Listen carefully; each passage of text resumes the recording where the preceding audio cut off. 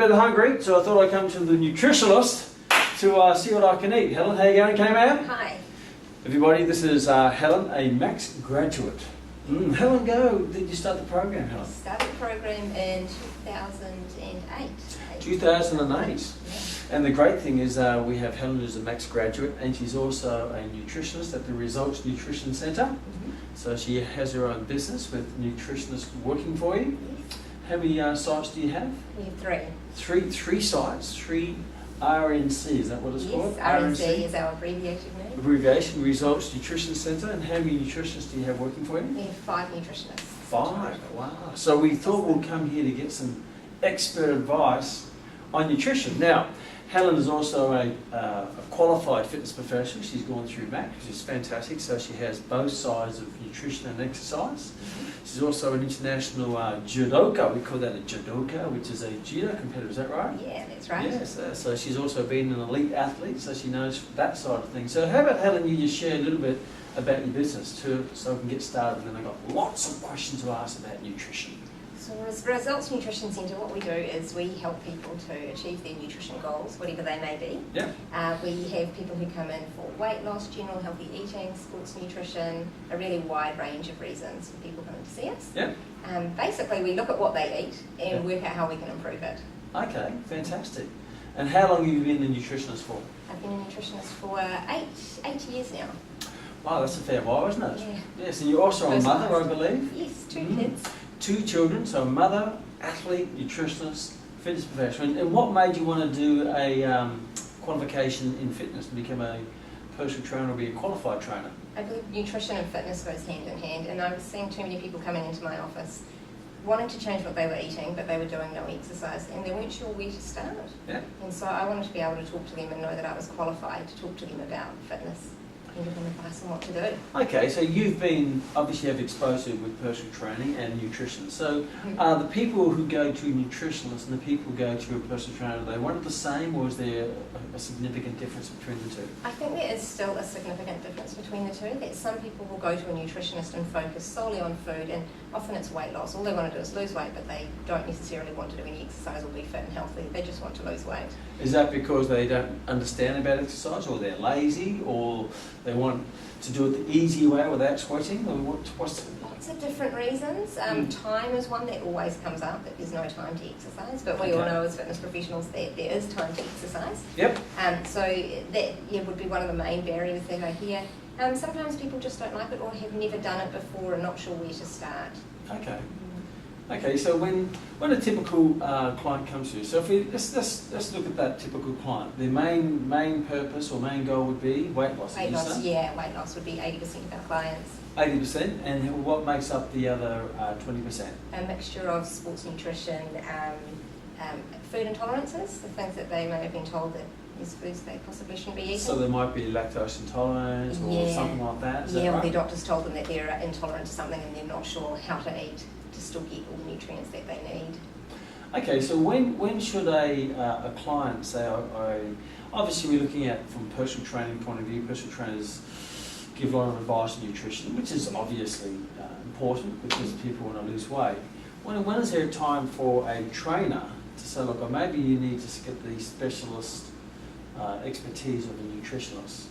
If they're working with them for quite a while and they're still just not losing the weight, then there can sometimes be other things going on, or there may be things that in their eating that may not seem like they'd cause a problem, but it's the volume of it. So some foods you may identify as being a healthy food, but the amount that they're eating is going way overboard. Okay. That's something I see often, that clients will come in and they have a really good nutritious diet and they're eating good foods, but the volume that they're eating is possibly a little bit too much for them. So too much of a good thing is not always a good thing. Yeah, exactly. You know, they're fueling their magnificent body for a magnificent performance, but not doing the performance. Yeah. Okay. Exactly. So you see people in sports. So what are the main goals in sports? People come and see you. Just to improve their performance, really, and recovery is a big one. I often see people who don't quite know what to have as that recovery meal, and it means they're going into their next training session not adequately fueled. Yeah. Yeah. Okay. That's a big one that I see.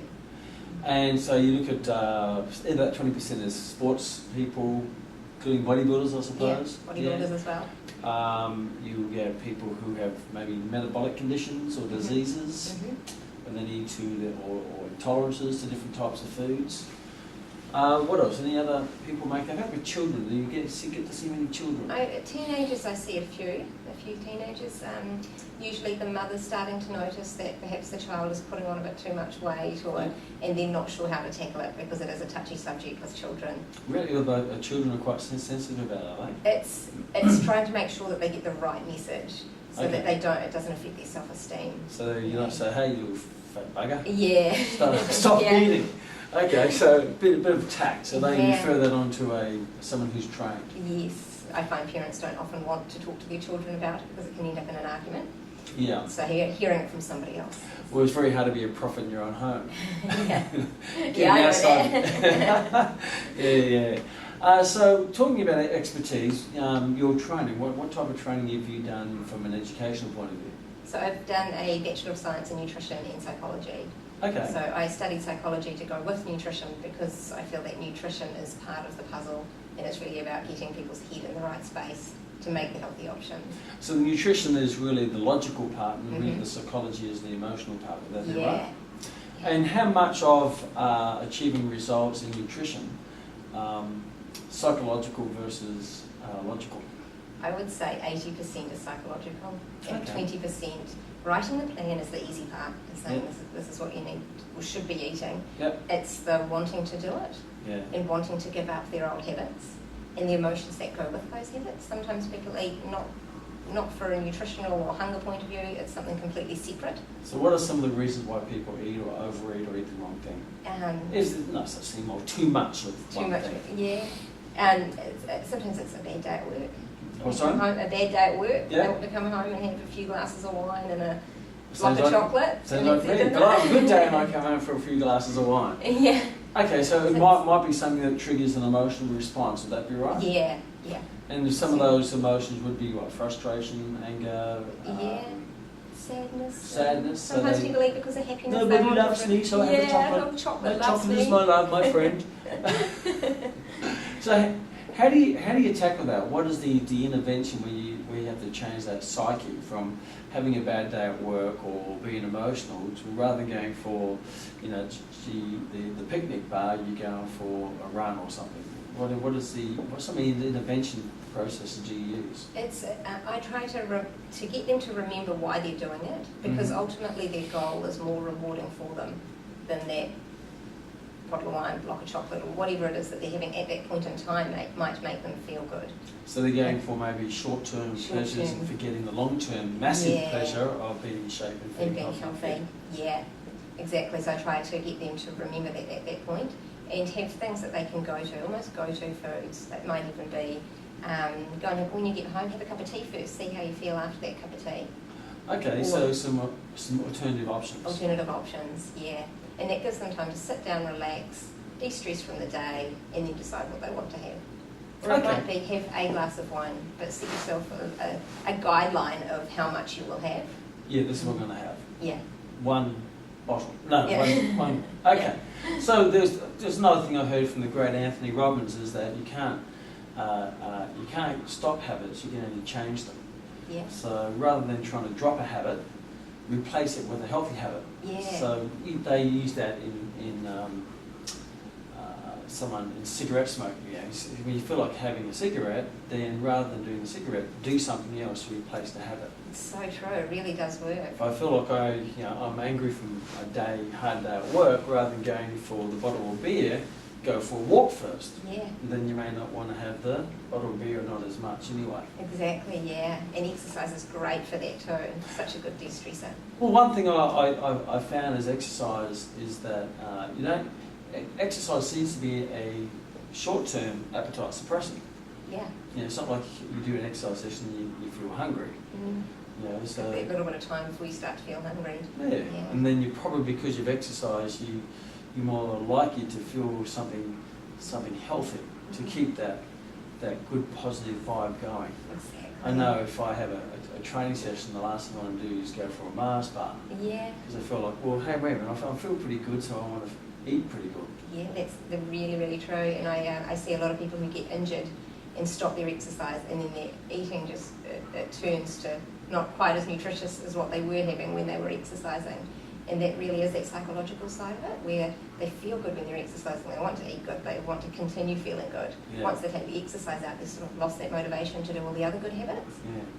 Well, I never met anyone or myself who's ever felt bad after an exercise session. No. And if it isn't bad, it's because I train so hard, I feel physically bad but psychologically good. Yeah. That makes sense? Yeah, exactly. And I guess if you feel good, you want to do good. So if you want to put people into that positive emotional state, exercise is one of the better ways to do it. Yeah. Because I don't know anything that makes you feel better than exercise. Yeah, no, Except for things that will keep in the dark, I suppose.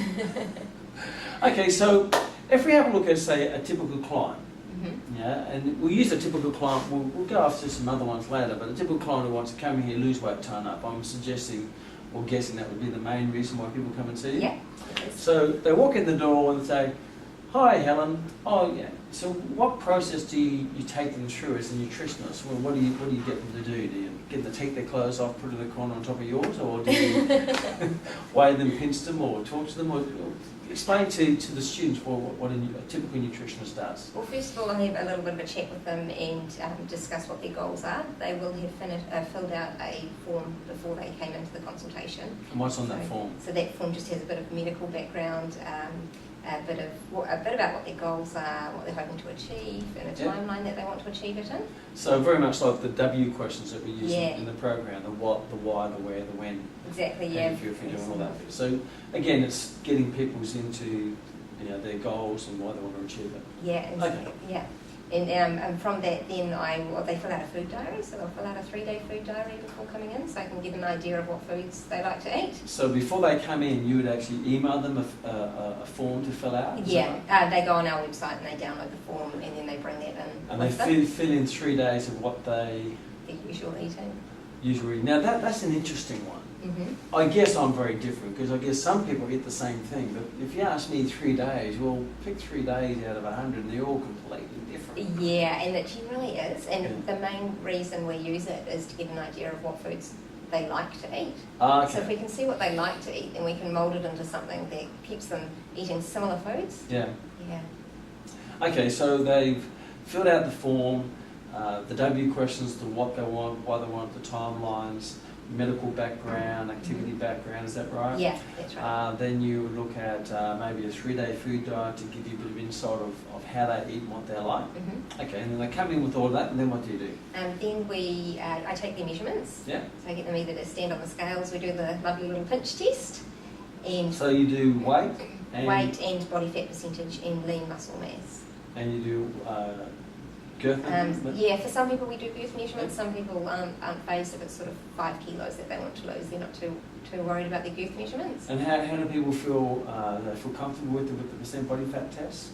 Yeah, most people do. I guess they're ready for change, I suppose, aren't they? Yeah, they are. Some of them don't want to be pinched with this little thing. Oh, okay. They're not too keen on that, but our scales also work out body fat. So that's more non-intrusive way to do it. Non-intrusive, yeah. Because people don't want their fat bits pinched. No, they don't. And some do, but some love it.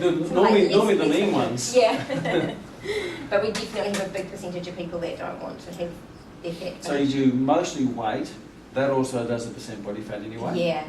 Sometimes the pinch test, Yep. and sometimes the. And sometimes the tape measure, And depending. is that based on whether they feel comfortable with you doing it with them? Yeah, it is. And if they have it, sometimes people will come in and say, "Oh, I hold all this body fat around the middle. I really want to lose that." So we'll measure that to make sure that that's Okay, coming so down. you because measure what's that's their really goal. important. Yeah. Okay. Yeah. Okay. Yeah. Like a bodybuilder, how big your arm? Yeah. So we'll measure the arm. Measure the arm. Measure the diminishing bit, right? Yeah. Okay, so you do some measurements. Then where do you go from there? Then we look at what the healthy range is for them. So we Okay. have our nice little chart here that is nicely colour coded.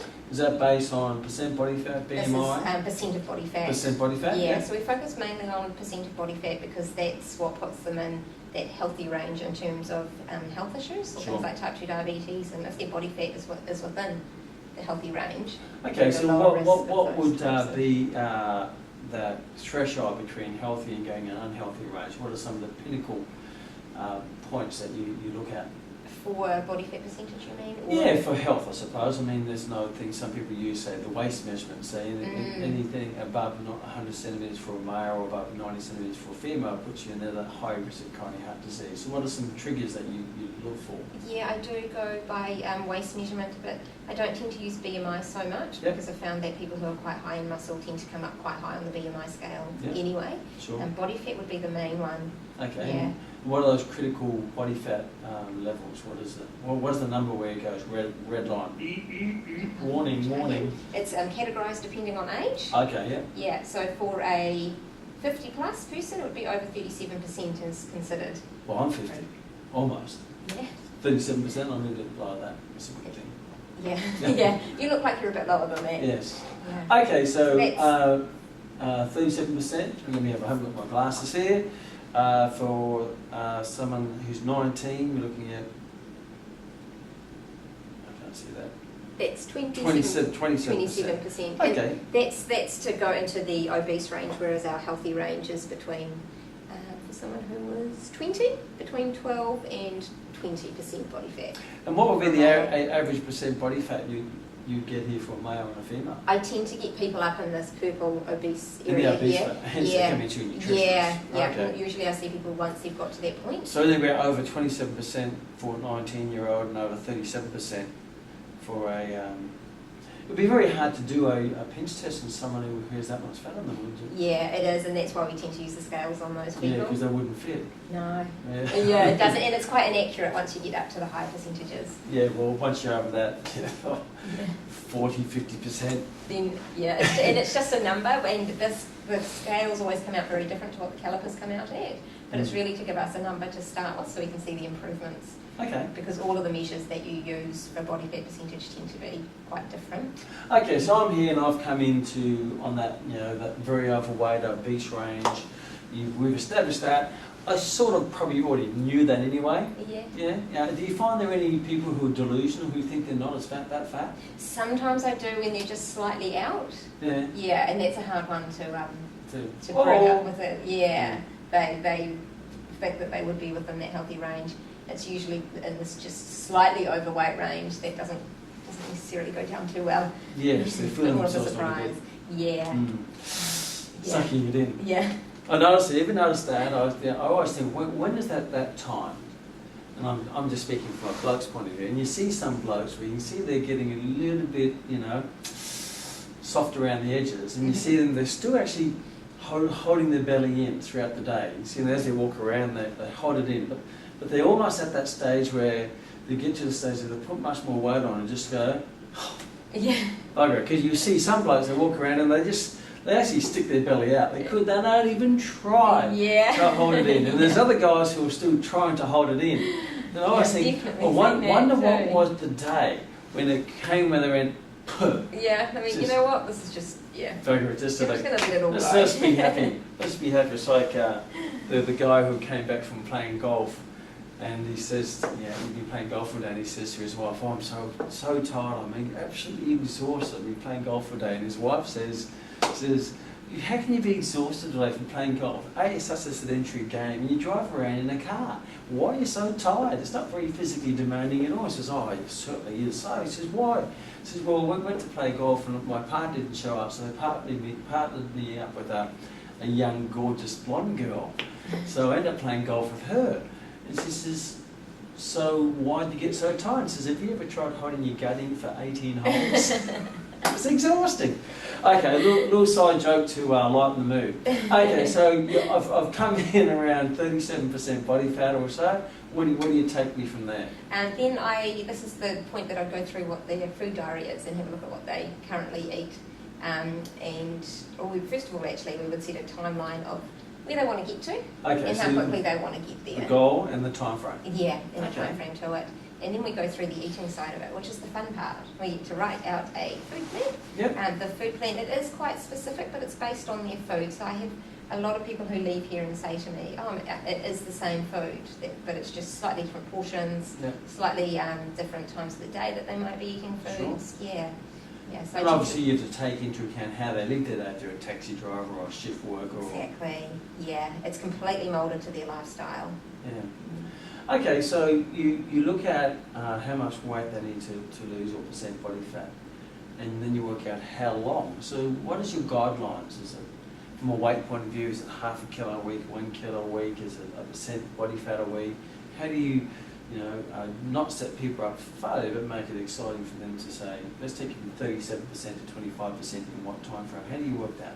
A lot of it depends on the person, because some people, once I've had a chat to them about their past history with trying to lose weight, I can get an idea of how quickly they lose weight. Some people lose it really quickly. Some people can eat a ton of food and it just drops off them. And why is that?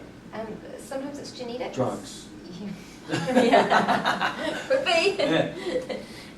Yeah. Yeah, so usually it's just the people with quite a high metabolic rate, so they've got quite a bit of muscle. Yeah. So they tend to burn up the calories So quite quickly. if you're a bit more athletic, more muscular, you find the engine turns it over a lot faster. Yeah, and especially if they've always been active. And that would be the importance of maybe integrating an exercise program in this whole process. Would that be true? Yeah, because it makes it easier for them with the food. Whereas if they won't exercise, or if they're doing 2 20-minute walks per week, which isn't really taking up a lot of those calories, it means their food needs to be a lot more restrictive, which is not a good idea. So if I want to lose, say, 20 kilograms, Mm-hmm. let's make it easy, 10 kilograms. From a weight point of view, I'm the average Joe. A little bit active, but not an athlete and not completely sedentary. Mm-hmm. To lose 10 kilos not in a super aggressive way where it compromises my life too much, but I make some moderate changes around. So what time frame would you recommend for me to set aside to lose that in a healthy way, but without starving myself? Well, most guys can lose it about 1 kilo per week at a maximum. Yep. Women tend to be closer to the 600-700 grams per week. That would be exercise and nutrition together, so that's that real upper limit. And that's probably because females have a lower metabolic rate? Yeah, they do. Less muscle. Yeah, and smaller as well, so they're burning less calories per day. Okay, fair enough. Yeah. Okay, so if you look at that, that's a 1 kilo, that's a deficit of 9,000 calories, around 1,200 calories a day deficit. And I guess if you look at exercise and nutrition and your metabolic rate, that would probably be very achievable if you're very much aware of it. Yeah, and I tell people not to try to lose more than 1 kilo per week. If they try to go over that kilo per week, they tend to just burn up muscle mass rather than body fat. Yeah. Because your body can't burn fat at a higher rate. At a really high rate, there's always a limitation to it. Yeah. Okay, so you look at the eating, you modify the eating around that. And what are some of the things you take into account to keep the diet healthy? To make sure the macronutrients, mostly all the micronutrients, vitamin, minerals are, so they're losing in a healthy way. What are some of the things that you make sure is in the diet? Just really balanced. That we haven't gone extreme and taken out a whole lot of, especially not food groups. Okay. Not completely. There might be things that are reduced down a little bit. So what are the essential food groups? You've got your carbohydrates, your protein, your fats. Alcohol is a food group, but it's not really an essential one. Okay, and from a vitamin, minerals point of view, what are some of the essential things that you make sure are in there so you have those disease-fighting? If they've got a good, lots of veggies, definitely fill out their meals with a lot of veggies. And if they have a good, broad range of eating, they tend to be getting all of those nutrients, minerals and vitamins and everything that they need out of their eating. So basically dinner and lunch would always be about 2 cups of vegetables in there. Okay. Yeah. I was always taught that to make sure that you cover all the food groups and get all the nutritional benefits, unless you have some allergy, you make sure you have your veggies, your fruits, your meats, lean meats, your dairy, and your grains. Yeah. Is that still valid today? Yes, it is, definitely. And there is a lot of controversy out there about all these different theories of what we should and shouldn't be having, but we still need all of those in our diet. So what's your view out there? Because I've been in this profession for 33 years, and there's never been a time where there hasn't been someone barking orders out to the world. That you can't have this, you have to have this, you have to remove this, you can't have carb, you can't have bread, you can't have is this can't have. And I find it very interesting because the banter changes. Yeah. And so what's your view with all of that noise in the background about telling people how to eat, what they can't have and what they should have? First of all, they're confusing everybody. Oh, absolutely. Because nutrition's already a slightly confusing.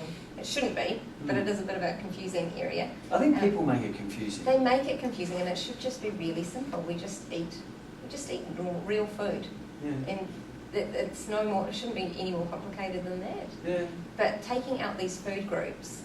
One thing is the enzymes in your stomach are designed to process the foods that you're eating. So if you go and take out a food group completely, when you do add it back in, you probably will have some intolerance type feelings from eating that food. But it's not because you have an intolerance to that food, it's because you've taken it out for such a long time, your body's adapted to not having it. Not used to it. So, so it's not a good idea to be taking these foods out and then adding them back in again anyway. That's a very, very interesting point, because at the moment, I love this time of year, because what I've found in the supermarkets is there's cherries.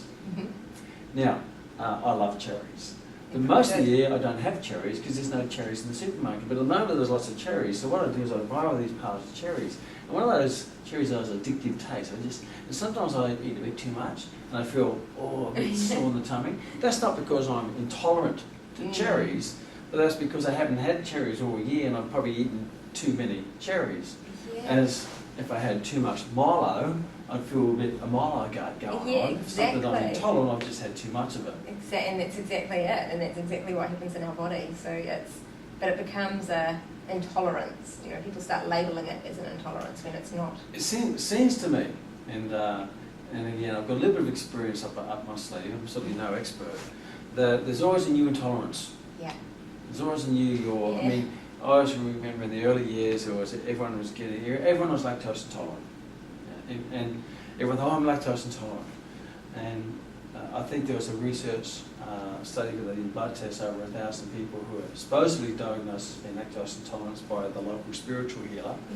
But only 80% of them actually weren't lactose intolerant at all. It was just all created in the mind. Yeah. And now you have gluten intolerance, where it never used to exist 30 years ago or 20 years ago. It's not like we've evolved. So, what are your thoughts on that from a nutritionist point of view, where all of a sudden everyone's intolerant to something? It's becoming a fashionable thing to have an intolerance. Yeah. And if you're someone without an intolerance, you're kind of like, ooh, who's this person without an intolerance? Well, they don't quite fit the outfit, do they? They're not in fashion. I think I'm people intolerance to people with intolerances. Look, not to take away the seriousness of some significant intolerances that some people may legitimately have, but I think people are very quick to jump to intolerance to maybe blame or give a reason why they're fat or overweight or not feeling healthy. Yeah, or sometimes people want to go on a diet, but because diets get a bit of a bad, their friends will sit around and say, oh, you're on a diet. It's a lot easier for them to say, oh, I'm gluten intolerant. So I can't have that. Oh, okay. So it's almost a bit of a facade. I know sometimes in restaurants, and someone will, the waiter will say, I have some toast. I said, but toast without the butter. They said, what, you don't have butter? I say, yes, I'm allergic to it. He says, really? She goes, they never met anyone who's allergic to me. I'm intolerant to butter. It makes me, it gives me inflammation. So I eat too much of it, I get inflamed. It's really saying I get fat. So I guess, look, again, going back to, there's going to be, what are the most common excuses, I suppose, people use for why they're fat? What are the most significant ones you come across? Or overweight, I should say. So not fat, I'm just put a bit overweight. What would be that? I hear such a wide range of different excuses of why. Sometimes it is a genetic thing.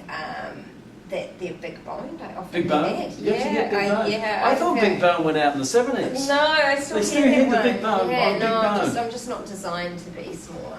I think Jim Rohn, one of my favourite business philosophers, he talks about people who use big bone. He says, look, I'll give you £5 for big bone, but not 50. I saw this great little poster type thing that had a picture of someone who's not overweight, someone who's really overweight. And it says, if you look at the X-ray or the MRI, you see it's not big bone. The skin system is pretty much the same. Yeah, it's very, very true. There's you can't be this big boned. Well, maybe their bones are slightly have a greater density because they're carrying that weight around all the time. Yeah. Okay, so a big boner, you get one's the thyroid problem, is that still Yeah, I working around? sometimes hear that. Often if someone comes in and sees me and says that they've got a thyroid or hormonal factors going on, I'll send them off to the doctor to get that checked out. So you send them to an endocrinologist who actually is qualified in that Yeah. particular area, Yeah. not an iologist who looks in their eyes and goes, oh my gosh. Exactly. Yeah. Someone who's qualified, isn't Yes. it? Yeah. Generally, that has to be really examined by a blood test if you want to be serious about it. But anyone who takes a follicle of hair and looks it up in the sunshine and go, oh my gosh, you must be lactose intolerant. And I see people who come back from having tests like that done, and they say to me, I've been told I can't eat these foods, and there'll be a good 20 foods on there because of some tests How do they that live? you've had done. Some tests. Yeah. I hear that all the time. Yeah. I can't have, which means, and correct me if I'm wrong, when you can't have, you want it more. Exactly, yeah. You've been a mother saying to your child, you can't have that toy, even though they haven't played with this toy, what do they want to do? Immediately they want it. You can't go in that room, guess what? Yeah. They want to go in their room! Yeah. Okay, so thyroid stool comes around? Yeah, I do hear that one about different hormonal issues that might be causing it. And what percentage of them are legitimate and what are they just been misinformed? I would say it's probably about 1% that have been medically diagnosed. 1%? Yeah. And the rest is just they've just been listening to the wrong person who has a strong opinion about something which they're unqualified in. Yeah, exactly. So, and particularly this day and age with the internet, you can get information everywhere, but unfortunately most of it's wrong. Yeah, and it's very easy to diagnose yourself with something because there's so many broad reasons for things like, I get tired. I must have a thyroid issue. I'm feeling a bit tired at the moment. Go for a run. Yeah, exactly. You're not tired after a run. Yeah. Well, I have a slow metabolism. Go for a run. Yeah. It increases it by 700%. Yeah. And I hear that a lot too with the slow metabolism. I just have a slow metabolism, but the exercise is the thing that makes the difference. And well, I guess if you park your car in the garage and you never drive it, it's going to have a low rev rate, isn't it? So best way to get your metabolism up is go and lift some weights and do some exercise. Yeah. I know that maybe sounds simplistic, but I think it will solve 90% of the challenges. Yeah, it really does, and that's where if someone says to me I've got a slow metabolism or I think I've got a thyroid problem or something like that, the first step is doing the exercise and eating the right foods and seeing what happens. Yeah. And then go and get some blood tests done if they don't lose weight and they really are sticking to it and making good choices. So the people who say, I have that list of 20 foods they can't have, out of those 20 foods, how many of those foods do they really want to have? Probably 20. Probably 20. So straight away you're taking out 20 foods they want to have and some they can't have it. That's going to really play some tricks in the mind. Yeah, it does. And that's where, I have people who come in and say to me, right, I have 30 alcoholic drinks a week. Mm-hmm. For me, I kind of sit back and go, okay, that's probably over the recommended amount. But I know that if I say to them, you need to cut that down to 2 a week, it's just not going to happen. No. And it's not, from talking to them, it's not people who necessarily have a dependence on alcohol. They might be in a social job or a job that they're out for lunch and dinners all the time. And there's a lot of people around that do have lifestyles like that. I mean, to me, it seems really unusual, but, real estate agents and people who need to go out and entertain, they actually do just eat lunches out, they eat dinners out, they drink alcohol. Telling them that they all of a sudden need to have 2 alcoholic drinks per week and they're not allowed to go out for any meals. It's just not realistic. So how do you address that, where it's a part of their lifestyle, a part of their circle of influence, where people do drink or do eat? And as you would know, definitely would know, is that when you eat with groups, you tend to eat more. Yeah. When you drink with groups, you certainly drink more. I certainly do. So what are some of the approaches you take to, so they can still have their cake and eat it and keep it at the same time? What are the... I work by halves, first of all. So when they first come in and they say to me, they might be having 10 meals out a week and 23 alcoholic drinks a week, I go, okay, let's half that. So let's get that down to 15 alcoholic drinks per week. And then from that, we'll move down again once they're ready to make those changes to lower it again. Yeah. Yeah, but if we try to go any more than that, I find it's just too extreme.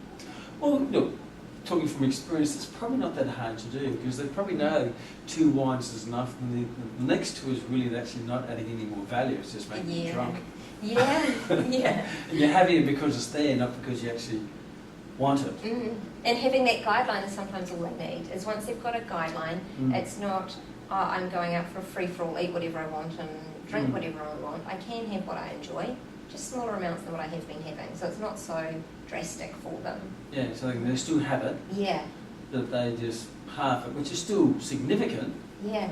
But not an abundance. Yeah. Yeah. Okay, so that's a nice approach. Yeah. And what are some of the ways you, people who don't exercise, what are some of the ways that you encourage them to exercise? Find something that they like doing, that they feel comfortable doing. And then really add that, usually twice a week, at least try to get them doing something twice a week. Yeah. And then we build on that again as well. It's about making it a positive experience for them, that if I say to them go and do 7 runs a week, and they come back and they've done 2, they feel like a failure. True. So if I set it at 2 and they do 3, then that's a bonus. And they always know if they do a little bit more, they'll lose a little bit more weight. Awesome. And how long do you ask them to exercise for? Usually around about half an hour. Yeah. So do something active about half an hour, something you enjoy to do 2 times a week. Yeah. That sounds very achievable. Yeah. And I guess if they achieve that, they'll give them a sense of achievement, which means they may want to do more. Yeah, they do. Yeah. Positive experience. Trying to make it a positive experience the whole way through.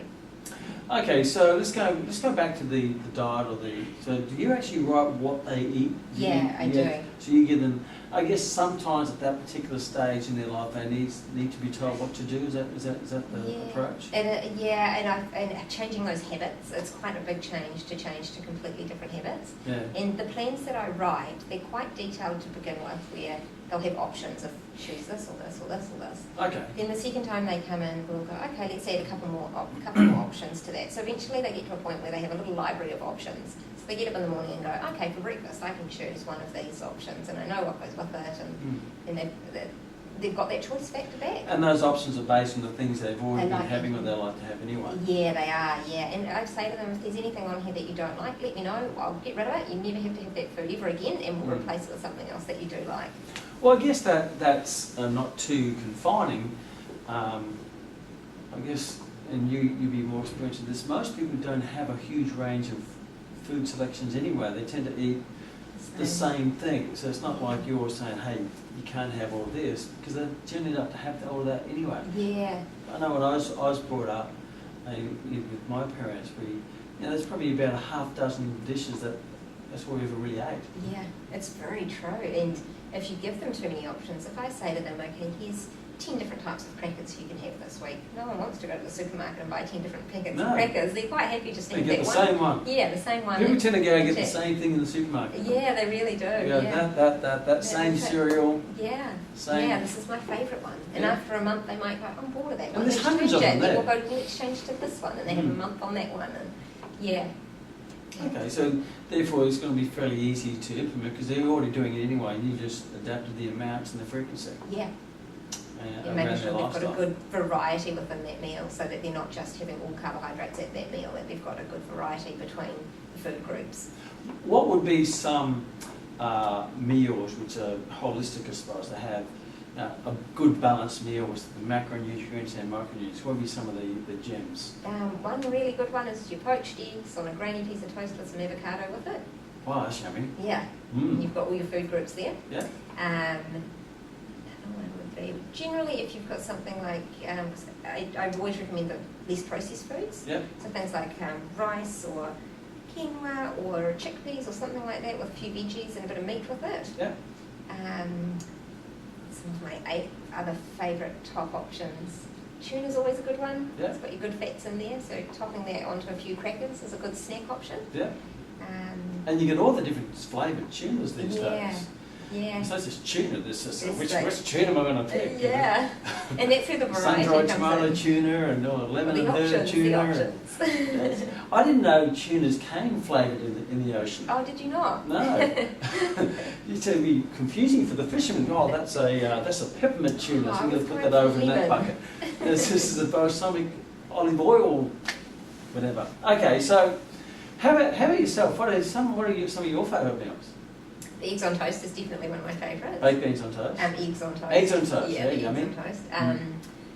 favourite at the moment is you can get these little cream cheese pottles and you put that on some rice thins. Yeah. A bit of tomato on there. Put all Okay. your food groups in there. Awesome. Oats, porridge. It's always a good hearty breakfast to have. So One when of my favourites. looking at those foods, if you're looking at dealing with maybe an athlete now who requires more, what are some? Is it more purely they just need to eat more to accommodate for the increased energy expenditure, or do they have to eat differently to the average healthy person? They need a higher volume. Some of it's around the timing of when they have the meal, so before they go to a training session or an event if they've got a competition on, having a main meal about 2 to 3 hours before, and then half an hour before having something, just a small amount of food to give them, a little top up of energy. Mostly carb? Mostly carbohydrate in that last 30 minutes, and something that's quite quickly digested. Sure. So it's not sitting in their stomach too long. Fair enough. And how about post-workout or post-event? And post-workout is protein and carbohydrate. So before the workout, it's mainly focusing on your carbohydrates for energy, and then afterwards having some protein and carbohydrates to to rebuild, recover. regenerate. Yeah. And you need the carbohydrate there to help that process. Yeah. Yeah. Okay, so when it comes to an athlete, it's not so much they eat differently, that they eat more, and maybe timing is more important for them. Yeah. The timing is the key. And I've worked with a lot of athletes who need to make weight, like the judo athletes and taekwondo athletes. And because of that... I just wrote an article on that. Oh, did you? Yeah, I emailed it to you. Yeah, I'd love to read it. Making weight for taekwondo. Because I saw what I saw in my sport is, these young kids just have no idea, and they're panicking. They're doing all this stupid stuff. So I thought I'd write an article for the national magazine to help them to a little step process of how to lose weight in a healthy way.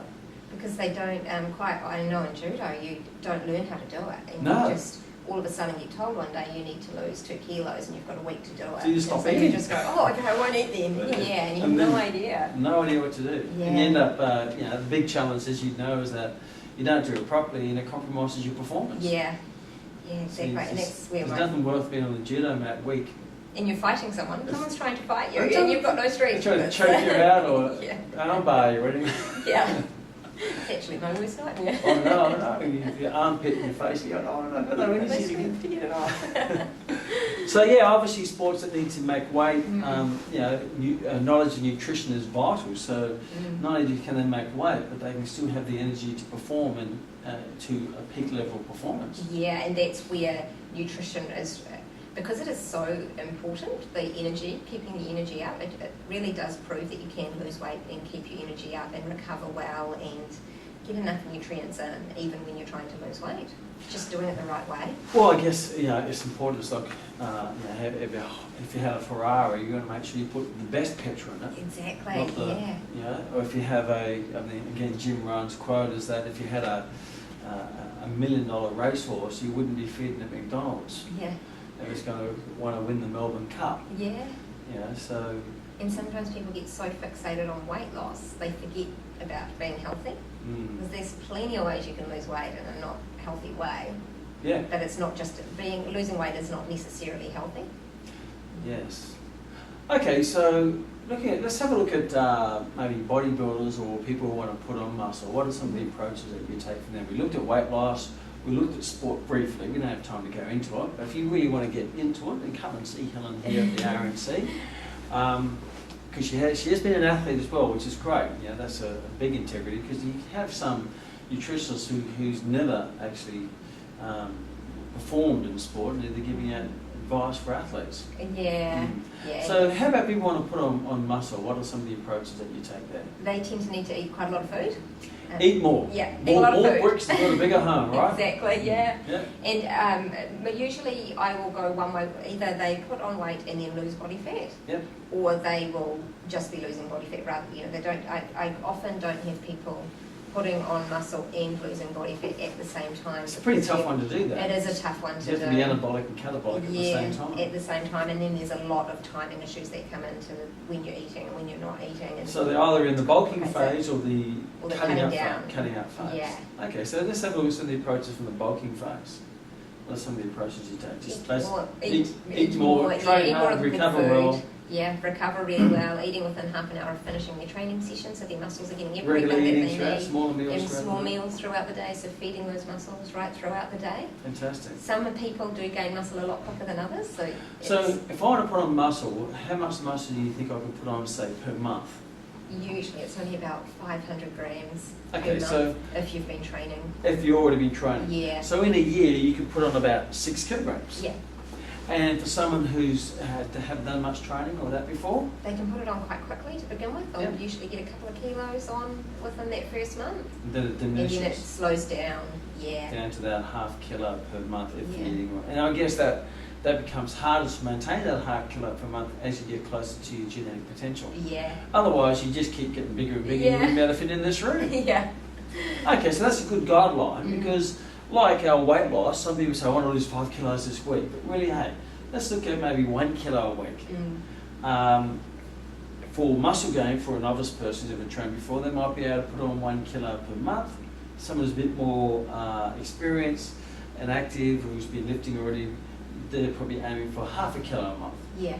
And then that may diminish more after 1 or 2 years. Yeah, it does. It does tend to slow down, and especially, unfortunately, after 25, we start to degenerate instead of regenerate. Tell me about it. When I was 20, I used to just look at a weight and I'd grow. Now I look at a weight and I ache. I made my choice. Well, I remember when I was a strength and conditioning coach, I used to always have this basic guideline. If you're, if you're a more of an ectomorphic, you're one of those naturally skinny guys, so I can pretty much promise you I can put on about 5 kilos of muscle in 1 year for 1 year. Right? I can pretty well guarantee that with some good nutrition and good eating. If you're a bit more of a mesomorph, more naturally muscular athletic, then I can pretty well guarantee I can put 10 kilos of muscle on you per year. Naturally, of course. Now, obviously, you can start adding other chemicals into it, and then that goes through the roof. Yeah. So that, I guess that matches in pretty much to what you were saying. Yeah. Yeah, it's not as fast as what people think. Yeah. So I have lots of people who come in and say, I want to put on 10 kilos by the end of summer, and it's February. It's February. It is summer. Yeah. It's almost over. Yeah. Okay, so how about your view on things such as supplements and that particular area? They have a time and a place. Things like the protein powder, which is quite big and quite popular. Yep. I mean, that is more of a fallback and more convenient for people who might want to grab a couple of scoops of protein and put it in water and drink it and hurry off on their day. And more of a convenience type. More of a convenience thing, backup plan. Rather than this is your plan and this is what you need to eat. You Your need to have your main source of protein is food. going to be powder. Yeah. Okay. Yeah. Hence and the word supplement. Supplement. It is definitely supplementary to a healthy diet. Yeah. And that's where I think the supplements have become almost, especially in the bodybuilding industry, where it becomes the food, that you have a shake for breakfast, a bar for morning tea. Well, that's great marketing, isn't it? Yeah. Yeah, because they cost a lot more than food. Yeah. There's still so many nutrients in your food that you just can't get out of. It's the same as eating one food group. Also, another thing I've noticed with bodybuilders, particularly because they're so precise with what they eat, if they're eating a lot of processed food, they don't tend to lose as much weight as if they do if they're eating the real food. Yeah. Because that real food, your body has to work a lot harder to digest it, to process it. That all takes up, your metabolism has to work to do that. So it has more of a thermogenic effect. Thermogenic, yeah. It's harder to process rather than because it's already partially processed. Yeah. So that in itself will help spark metabolism. Yeah. Which is great. Make your digestive system work a bit harder. Yeah. Because it's supposed to, because what people don't realise is the digestive system is muscle. Yeah. It's smooth, visceral muscle, so it needs to be worked. Yeah. Don't give it powder, give it food, because it's not designed for powder. Yeah. Designed for food, which is, I guess, Yeah, the food's the overload. Yeah. Yes. Oh, very clever, very clever. So what will be some supplements that are true? You know, there will be, for example, someone who's anemic may need iron supplementation. So what are some more common legitimate supplementations, that people need, rather than, hey, I need a multivitamin because there's no vitamins and minerals in food, or they've been told that anyway. So what are some of the more relevant ones? So there's things like the iron, having that if you are iron deficient, if you've been told that you have a deficiency, or the few people that end up, if they're in a weight restricted sport and they need to cut things down quite low, sometimes I will add a multivitamin in purely because they're not getting it from their diet because they're eating such a small amount of food. Yeah. But again, it's a time and place. It's not across the board that everybody needs to have everything. Well, I guess the people selling the supplements say everyone needs it. Everyone needs everything. It's $1 billion business. Yeah, and that's where there should really be a bit of testing behind that to work out whether people do need it or not. Some of the other ones, even things like a bit of caffeine can help with fat burning, but it doesn't mean that you need to be popping caffeine pills. Or V's. Or V's or anything like that. Have a cup of coffee. Yeah. How about things like, what are some other ones? Folate? Yeah, folate, yeah. So the folate's especially good in pregnancy. Yeah. But a lot of the multivitamins for pregnancy will have the folate in it and have enough of the folate in it. And why would they recommend folate for a pregnant lady? It's the spina bifida. It's the risk that and that reduces that risk. Reduces the risk, yeah. So back before they started recommending folate supplements, there was a higher rate of spina bifida babies being born. Okay. Yeah. So there is a time and a place for it, but it's very individual for each person. And I guess a lot of those calls or those recommendations are going to be made by your gynecologist, your endocrinologist, or because if you're anemic or low iron, it's because you probably had a blood test with your physician, and it's probably their call to make that judgment call, not the personal trainer's call. Yeah.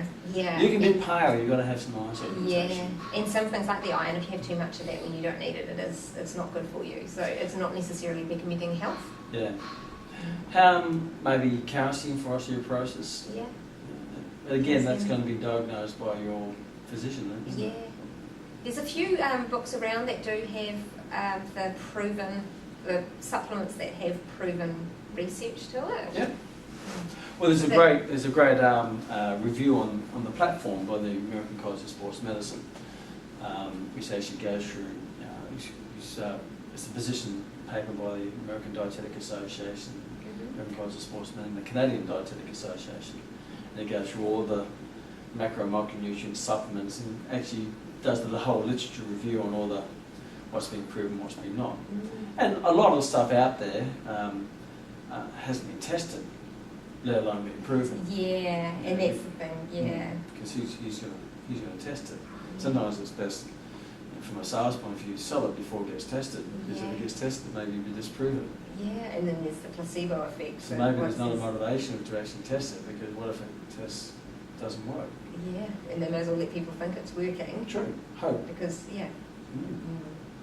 Hope. Yeah, go on. The other supplement industry is it's not regulated. No. So I'm not sure about Australia, but New Zealand certainly there's no regulation. So they can say this is a jar of vitamin C. But you don't know what's in it. 1 gram of vitamin C over the whole entire bottle, and the rest is just a filler. And it's actually legally allowed to be sold like that.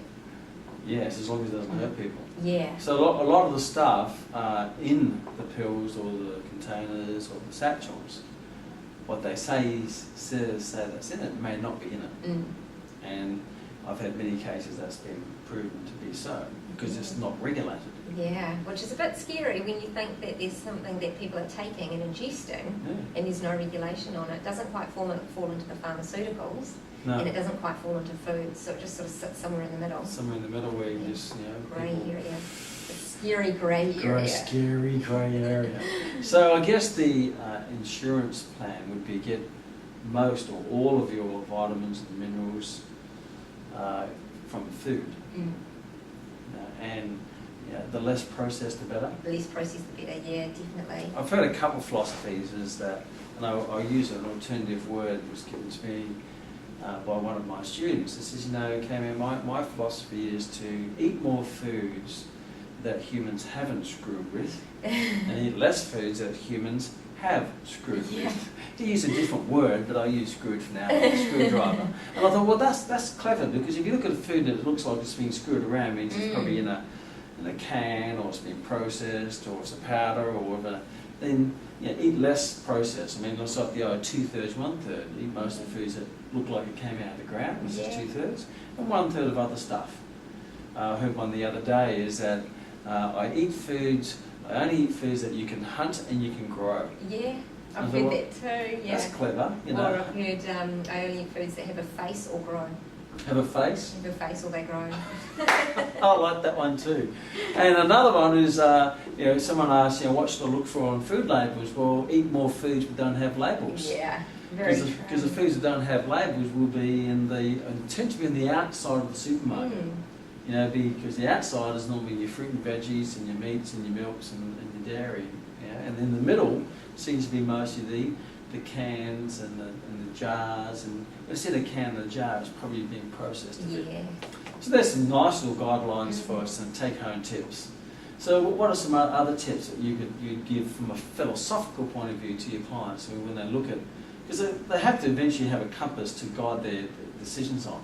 Yeah. So certainly the eat less processed food is a really big one. Eat lots of different coloured foods. So if you're eating vegetables, have a good variety of colours. And the colours is because? There's lots of different nutrients in different colours. So. Okay, so it's the colours in fruit and veggies that are made up by vitamins and minerals, is that right? Yeah. So if fruit and veggies don't have any colour, there's no vitamins and minerals. Yeah, but they've been mixed with so much they have no colour. No colour. Although potatoes would be an exception there, Okay. so that's so still white. Colourful foods. Yeah. Because colour means lots of different nutrients. Nutrients, right? Phytochemicals, antioxidants, and all that's great stuff. And it means you're getting a variety. If you can see a lot of different colours on your plate, you have got that variety of veggies in there.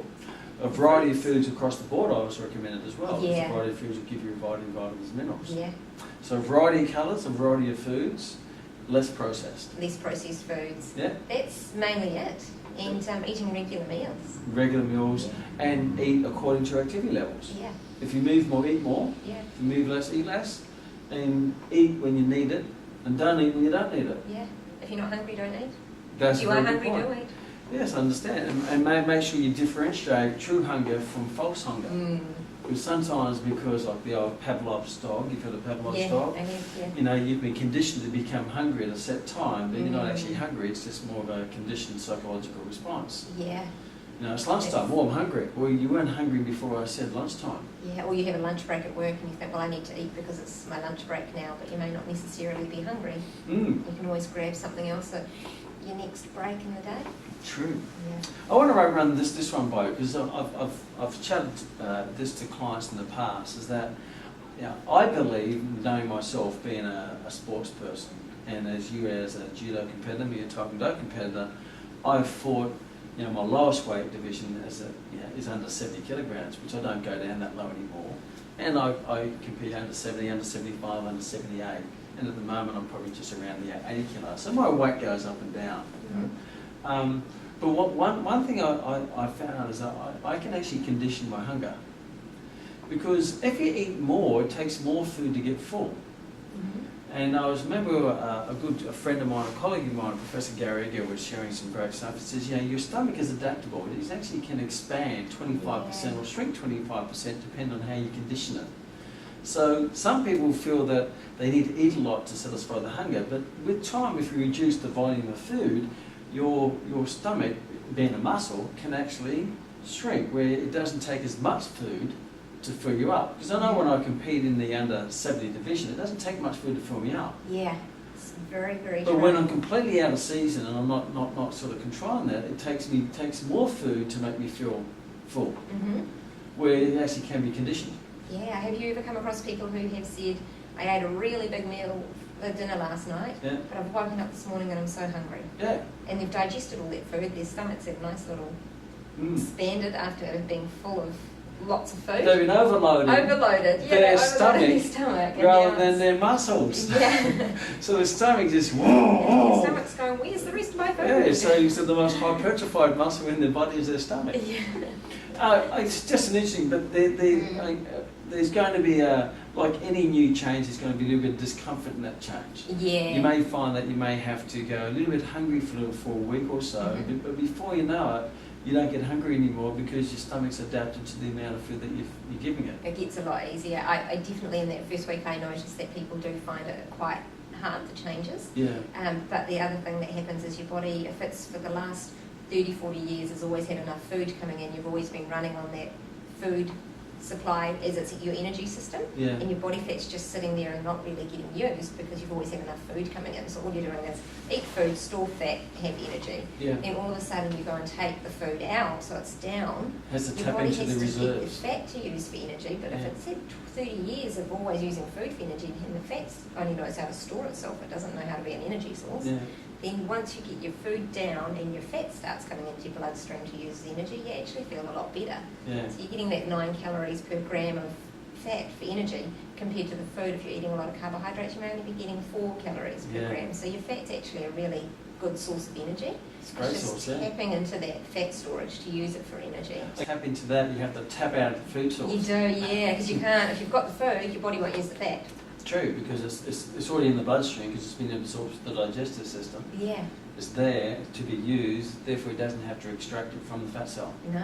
The fat just sits there nice and happy saying, hey, I'm in storage mode, I'm going to... So I guess it's important as we as fitness professionals, when we work with a client, we say, look, when you start a weight training session, I have to pre-frame you that in the first week you may be a bit uncomfortable, a bit of sore muscles here and there, because that way it doesn't shock them. Yeah, There's going to be that little transitional stage, but after a while, once your body's used to the load and the training, you don't get that delayed onset muscle soreness as much anymore, discomfort. I guess the same can be said about a change in eating behaviour. There's going to be that uncomfortable transitional stage if you're going down this path. So, like if you change in the direction of the Titanic, from up to down or ship, there's going to be a slight phase of discomfort where the body has to adapt in tapping into different energy sources, yeah, changing the stomach and what it's used to getting. All of a sudden it's full, and all of a sudden you're giving it little portions, and all of a sudden the stomach's going, hey, what's going on with all the receptors? So and I then guess the psychological side of it then as there's well. the psychological they're side that you but think I always eat this much. What do you mean I have a smaller plate? well, that's how's that working for you? Yeah. Like everything, there's going to be and I think that's important from a fitness professional to prepare the client that, hey, you may go through a couple of weeks of discomfort, but once you're over that couple of weeks, then you actually will feel comfortable eating this new way that will actually strip the fat away Yeah. and turn yourself into a fat burning machine and a lean mean fighting machine. Yeah, yeah. And they'll feel good, but it does take that sort of generally a week to 10 days, I find. Yeah. That is that sort of It's like getting back challenging in, part. it's like, as you know, getting back into training. The first Yeah. couple of weeks is tough, isn't it? Yeah. Or it's like getting back into a healthy eating plan if you've been out of it for 30 years or so. There's going to be that couple of weeks of, change, and there's always pain in change, isn't there? Yeah. And usually that makes it worthwhile. It does, particularly psychological pain, because now all of a sudden if you can't have that or things are changing, you're thinking about that. So to manage that transition would be very important, because we're looking at changes in people's lifestyles, aren't we? And it is a big thing. I mean, food and exercise, and it is actually a big part of their day, a big part of what they're doing. And I guess that's why they need a coach there. And I guess a nutritionist is a coach. Yeah. And I'm going to guess that most people come in for more psychological support. Definitely, yeah. Yeah, and it's just guiding them through it and letting them know that they don't have to be stuck on one piece of paper, or this is their food for the rest of their life and there's just no enjoyment about This food is my anymore. life. This is it. And letting them know that it can be changed, and they feel safe in the fact that someone else is looking over what they're eating and changing it to suit them to still get the results. Yeah. So share with me your what you feel your role in the educational process of, obviously, the clients who come to you, but ultimately you want them to self-educate, would that be correct? Yeah, definitely. My ultimate goal is that clients will come in, see me for a certain amount of time, we'll go through all the different food options and things that they could have, and eventually they leave and go off on their own, and they don't need me anymore, and they've learned everything they need to know. The best thing I hear is talking to someone who may have been referred in by a friend, and they say, oh, so-and-so, she saw you 2-3 years ago, she's still following it, she still looks great. And that's the best case scenario. That's awesome, isn't it? Yeah. You've empowered them to take control of their own life. And change their lives. So in the interim, when they do come and see you, how often do they come and see you? To begin with, it's every 2 weeks. Once every 2 weeks, yeah? And that's definitely for the first 6 weeks, they're Yep. coming in fortnightly. Yep. After that, we either stretch it out to further out, or else we do little check-ins. So we Okay. have a little 15-minute appointment where they literally come in, Little have some chickens. measurements done. Chicken, yeah. Accountability appointment, we call it. Check-ins. I like Check-in, yeah, it's my Kiwi accent. Little Kiwi accent. Little chickens. Little chickens. Well, that would make the appointment more interesting, wouldn't No, it? little chickens. We have little chickens coming. So they see once every 2 weeks, and maybe you stretch it out. Yeah. And over what time frame do you think? Well, what's the average client come and see? Is it 1, 2 months, 5 months, 6 months? 6 months. About 6 But months. I've had a client who she came in to become with fortnightly, and then she said, you know what, I'm going to see you for 15 minutes every single week for the next year. She got to her goal weight within 3 months, but she just needed someone, just that little bit of accountability. Yeah, true. Someone to answer to. Yeah, someone to coach. answer to, and know that if they fell too far off track and went back to their old habits, Yeah. they'd have to come back and see me a week later. And I don't think that I'm that scary, but No, you don't look scary. yeah, apparently. But she's the lethal. She's a bloody good judo Maybe she thought I was fighter. going to judo chop her, but she didn't. So, when the first session, how long is the first session? It's an hour. Hour, and continuing sessions after that? And the first lot are half an hour, and then depending on how long they come And then in if it's for, maintenance, like 15 minutes, yeah, is then that we can right? get down to 15-minute appointments. Some So- people never get to 15-minute appointments. They Yeah. always need more information. Yeah. It's like a personal trainer.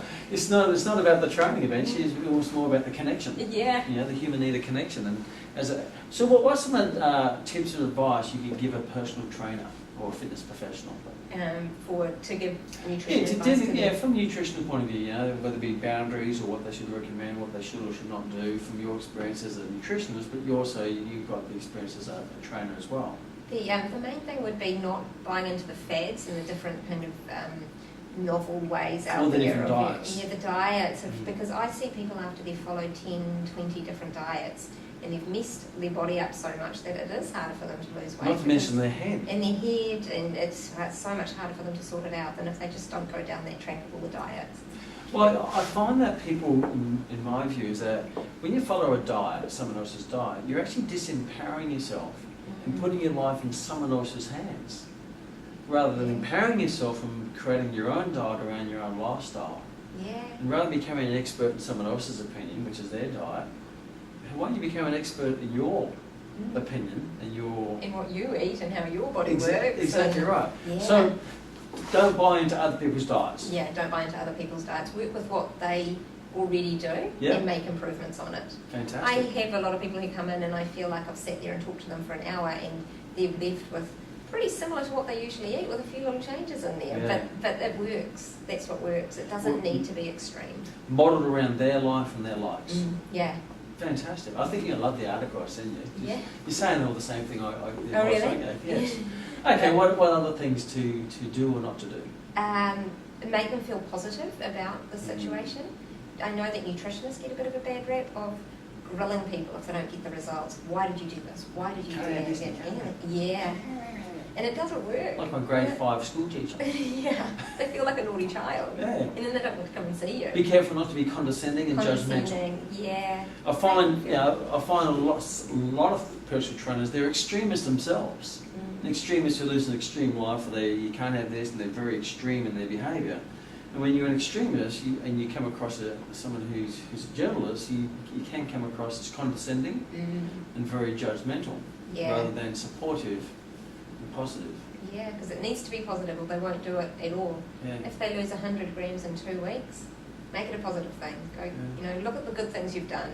Carry on doing those good things. Don't grill them on the things that they haven't done or did that they shouldn't have done. And that happens. I was talking to one of our students the other day who had a trainer. He says, I got rid of that trainer because every time, I broke the diet, they would get really angry at me. And they'd be condescending and they'd yell and scream and says, and that's no way to build relationships. No, not at all. And it's almost become, because there are personal trainers and nutritionists out there that do talk to people like that, it's almost become that people expect they have to be the same. They have to be a drill sergeant because that's what trainers and nutritionists do. But it doesn't mean it gets the best results. World clients won't stay for very long. No. They'll be pushed around for a short period of time and then they just get the hell out of it. Yeah. They'll go where someone is accepting, motivating, empowering rather than solution orientated, yes. not judgmental. Yeah. I'm going to berate you in front of everybody. So tell me about the connection between nutritionalists and personal trainers, your view on that, on how they can work together. Definitely both pieces of the puzzle need to be there, the fitness side and the nutrition side. Yeah. Often the people who see nutritionists are people that need their guidance, and that's why they've come to see a nutritionist. So it makes sense for them to have that same guidance in their exercise as well. Yeah. And vice versa as well. Now you said here you have your clinic here, and also at Ponsonby, here at North Shore, at what's this suburb called? It's Albany, Mairangi Bay. No.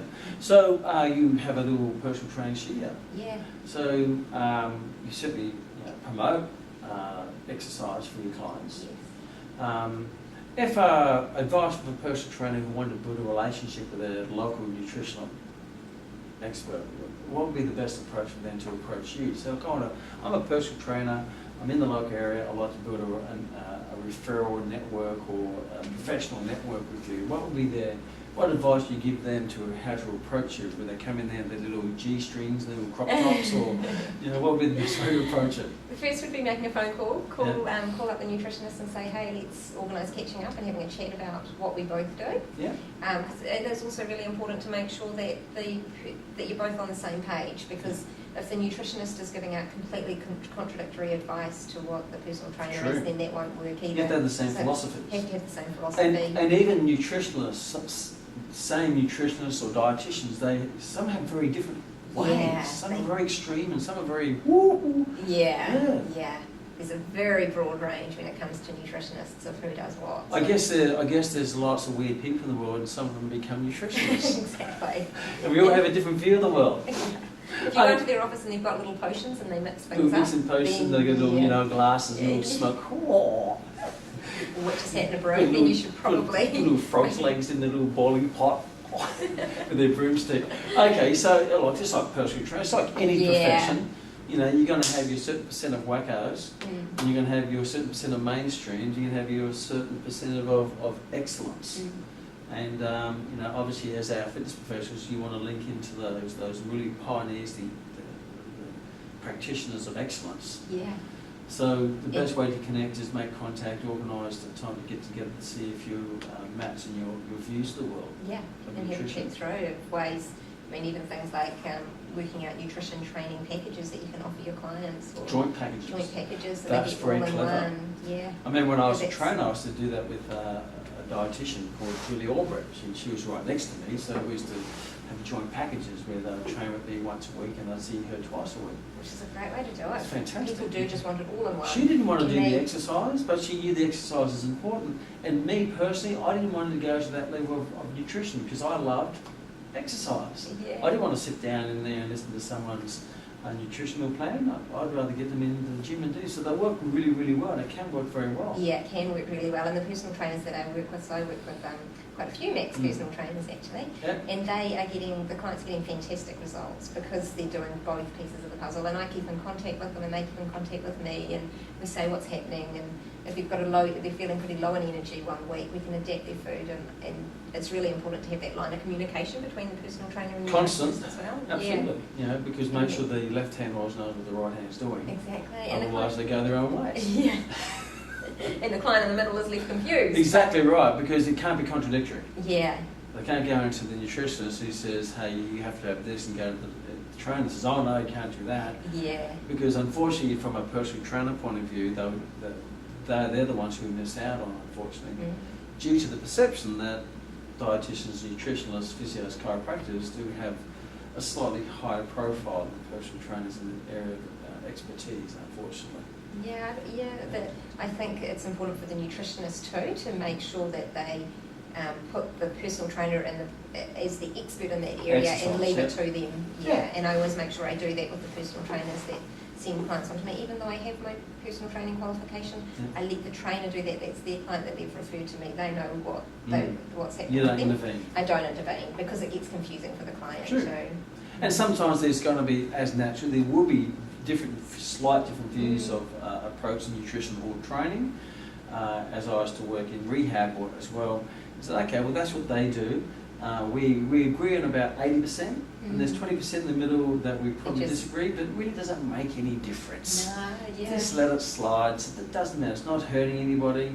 You do what you do, they do, find common ground, work together, because you all have the same intent is to help the client. And the client feels well looked after. Yeah, from all ends. Yeah, Big exactly. family. Yeah, everyone cares. Group for hug. them. Yeah, it's great teamwork. Yes. So what are the key things to finish up today's fantastic interview? Thank you for giving us the That's time. all right. The key things you're looking for in a fitness professional that you'd want to work with? That they do have similar philosophies to me. They don't do anything extreme. Mm-hmm. Someone who's proactive and really cares for their clients, Yeah, which I'm sure all the MEC students do. yeah, absolutely. Yeah, because you want to make sure that you're putting in all the, for me, helping clients and putting in all the effort that I can to make sure that that client gets the result. And if the trainer's doing the same, it works perfectly. Yeah, fantastic. Well, I think we've covered a lot of great territory today. Yeah, I think so. The only thing we haven't actually covered is politics and religion, but we'll get to that in our next session. We'll have the bread and the blood and the wine. Okay, thank you so much for giving us your time. That's all right. And Nice to chat. for the fitness professionals out there, I think the strong message is use the KISS principle. Keep it nice and keep it simple and simple. Yeah, keep it simple. Keep it simple. Definitely the best way to go. Use a bit of common sense, which is not very common, unfortunately. Yeah. Build great relationships with your allied health professionals, such as nutritionists, or whether it be with your local physicians or physiotherapists. And I think always keep in mind of what you're trying to do is you're trying to help the client. You find you're there for them. If you help them, they'll help you build a fantastic profession and a fantastic career. Any Very lasting true. words? When it comes to nutrition and exercise, being true to what you believe. Yeah. Because if there's something that you don't believe in, don't just jump on the hype. Yes. True to what you believe in. Great. And my last message is never eat more than what you can lift. Have a fantastic day.